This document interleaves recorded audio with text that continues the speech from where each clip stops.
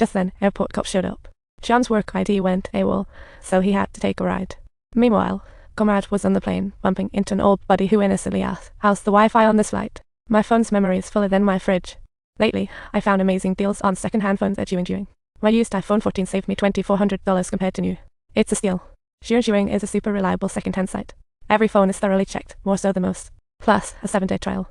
What a steal. If you don't like it, return it. The game console I bought 6 months ago is still smooth, like my poetry." That relentless reporter is so annoying even the flight attendants wanted to exit stage left. His article made them look worse than moldy bread under neon lights. Then the reporter spotted Holly, swiftly asking to switch seats. Last time's beating was still fresh, trust was broken. Holly's 50-foot restraining order was her bulletproof vest. Clearly she feared Holly. John regained his ID and gun, ready for an action movie.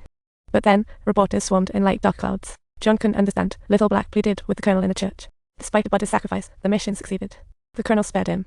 "Don't fail again or next time. It's a one-way trip down with me."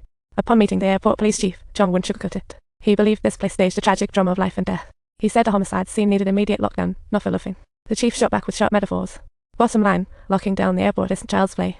The chief thought those two were just thieves, but John quickly pointed out, "Look, they are packing Glock 7s, the porcelain guns from Germany, metal detectors." Then the chief unceremoniously booted the self-righteous John out of his office.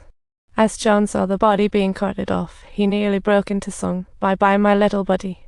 John rushed to the inquiry desk, borrowed ink and paper, then chased 2 cops to collect the deceased's fingerprints, like stamps. So what was the mercenaries' plan? A prisoner transport plane was en route to USA. Talk about catching ghosts. The goal?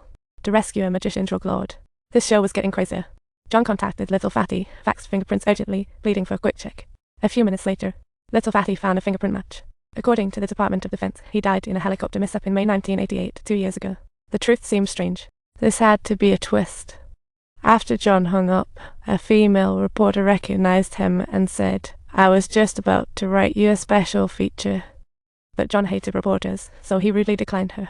Her rambling made him want to host an avoidance spot. Why so many reporters at the airport? The escorted general was an uninvited guest at the church. They hacked the airport system, turning the church into a command center. To invade the airport. John arrived at the airport command, pulled out the dead man's info and exclaimed, "Died twice. A dual death certificate." The station chief suspected a computer glitch. John said, "It's someone causing trouble at the airport, monsters and mayhem." Just then, Goodman Cat malfunctioned, indicators started switching off, and the station chief issued an alert, tense as a holiday, ready to activate the emergency system, but it failed. The airport command center seemed cursed delirious. At this point, the alert turned red, notifying all planes in the air to divert other airports. Talk about a rapid detour. Planes in air traffic control area were queuing. They had to land them orderly to avoid chaos. Otherwise, 15,000 would scream help. Then the emergency call was from those unexpected guests. The airport was controlled. To avoid planes crashing, the colonel demanded General Parker's plane land at his chosen spot. A real yield. Plus, they needed to arrange a full load 747 to dock at his location. John debated with the chief and got tossed out of the command center. Talk about unlucky all around. Now, the female reporter rushed in and got crammed into the downstairs elevator with John, a true relay race. John certainly wasn't going to just sit there while his wife was about to swell in the sky. Everyone was racing against time, tension sparking off like fireworks. John realized the enemy was Colonel Stelkedmet. Then he vanished in the elevator like a magician. John arrived, murmuring in all that just steps away. There was a staff member on duty. His name was Marv, in charge of airport pipeline maintenance for many years. The station chief contacted the aircraft in the sky and sounded like a customer service rat. "Hello, pilots. We've encountered a little technical hiccup."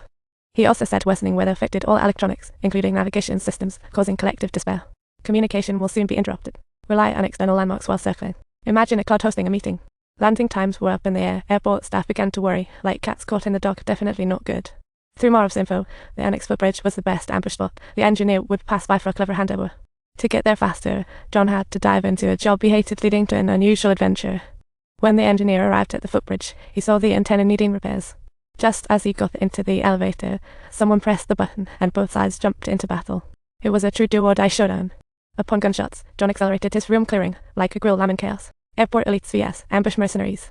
Soon enough, the airport elite were wiped out. Only the engineer survived, looking as grim as a room left lit under the AC. He was spotted by mercenaries, but just then, John came through, killing one and escaping despair. He faced others, despite the ambush. John took an unusual path, flowing smoothly like a magic cloud.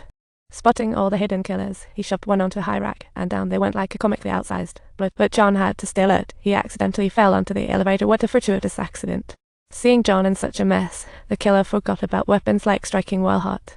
Just then, the elevator opened, delivering a handgun like Fate's roulette. John found redemption unexpectedly. The engineer saved John, but he had to finish that antenna right away. Everything was at stake, a true extreme challenge. But he finally realized the antenna was a trap. It seemed like everything was part of a planned game.